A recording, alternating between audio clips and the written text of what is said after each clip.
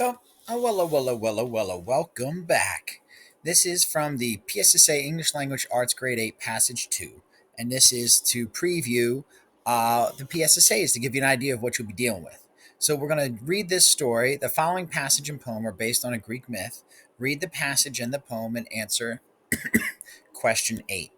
All right, question 8 being nature often has a role in many myths. Write an essay analyzing the role of nature in both the passage and the poem. Use evidence from both the passage and the poem to support your response. Fair enough. All right, well, let's get into Icarus and Daedalus by Josephine Preston Peabody. Among all those mortals who grew so wise that they learned the secrets of the gods, none was more cunning than Daedalus. He once built, for King Minos of Crete, a wonderful labyrinth of winding ways, so cunningly tangled up and twisted around that, once inside, you could never find your way out again without a magic clue. But the king's favor veered with the wind, and one day he had his master architect imprisoned in a tower. Daedalus managed to escape from his cell, but it seemed impossible to leave the island since every ship that came or went was well guarded by order of the king.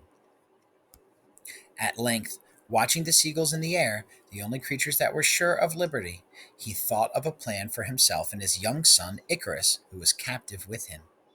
Little by little, he gathered a store of feathers, great and small. He fastened these together with thread, molded them in with wax, and so fashioned two great wings like those of a bird.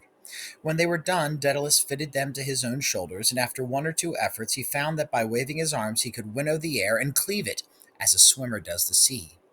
He held himself aloft, wavered this way and that with the wind, and at last, like a great fledgling, he learned to fly. Without delay, he fell to work on a pair of wings for the boy Icarus, and taught him carefully how to use them, bidding him aware of rash adventures among the stars. "Remember," said the father, "never to fly very low or very high, for the fogs about the earth would weigh you down, but the blaze of the sun will surely melt your feathers apart if you go too near." For Icarus, these cautions went in at one ear and out by the other. Who could remember to be careful when he was to fly for the first time? Were birds careful? Not they, and not an idea remained in the boy's head but the one joy of escape. Oh, good night, Louise. The day came and the fair wind that was set them free. The father bird put on his wings, and, while the light urged him to be gone, he waited to see that all was well with Icarus, for the two could not fly hand in hand. Up they rose, the boy after his father. The hateful ground of Crete sank beneath them, and the country folk who caught a glimpse of them when they were high above the tree tops took it for a vision of the gods. Apollo, perhaps, with Cupid after him.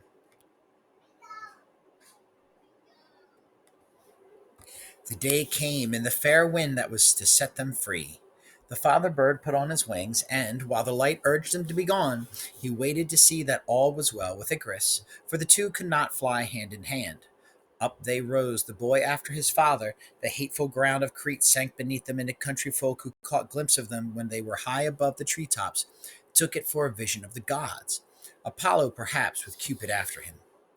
At first there was terror in the joy. The wide vacancy of the air dazed them. A glance downward made their brains reel.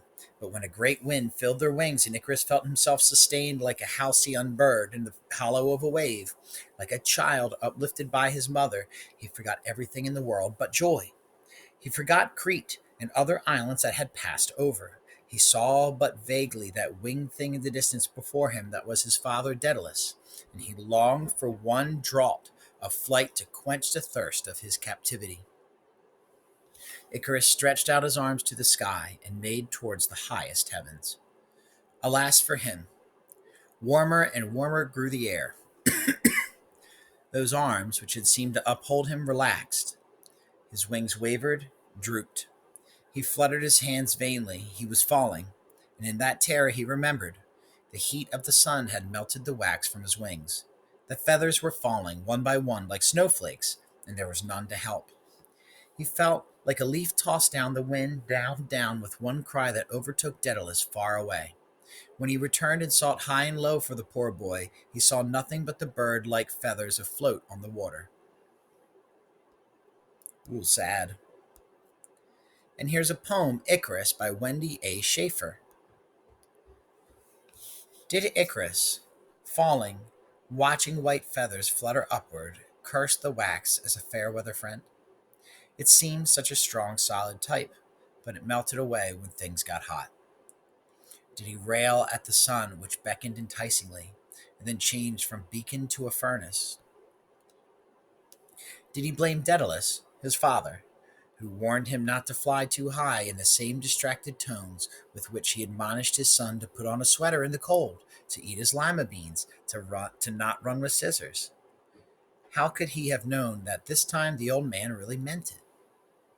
Or did he regret that the illustrious inventor, while creating his flying apparatus, did not take the obvious next step, the emergency parachute? He must have thought all of this and more. It was a long, long fall. But as he neared the ocean, came close enough to wave to the startled fishermen in their boats, he laughed and admitted that even had he known of the many failings of fathers and feathers, he would have done it anyway. And the prompt again is: nature often has a role in many myths. Write an essay analyzing the role of nature in both the passage and the poem. Use evidence from both the passage and the poem to support your response. Writer's checklist for the text dependent analysis prompt. Plan before you write. Make sure you read the prompt carefully. Make sure you have read the entire passage carefully. Think about how the prompt relates to the passage. Organize your ideas on scratch paper. Use a thought map, outline, or other graphic organizer to plan your essay. Focus while you write. Analyze the information from the passage as you write your essay. Make sure you use evidence from the passage to support your response. Use precise language, a variety of sentence types, and transitions in your essay. Organize your paper with an introduction, body, and conclusion. Proofread after you write. I wrote my final essay in the answer booklet. I stayed focused on responding to the prompt. I used evidence from the passage to support my response. I corrected errors in capitalization, spelling, sentence formation, punctuation, and word choice. Good luck.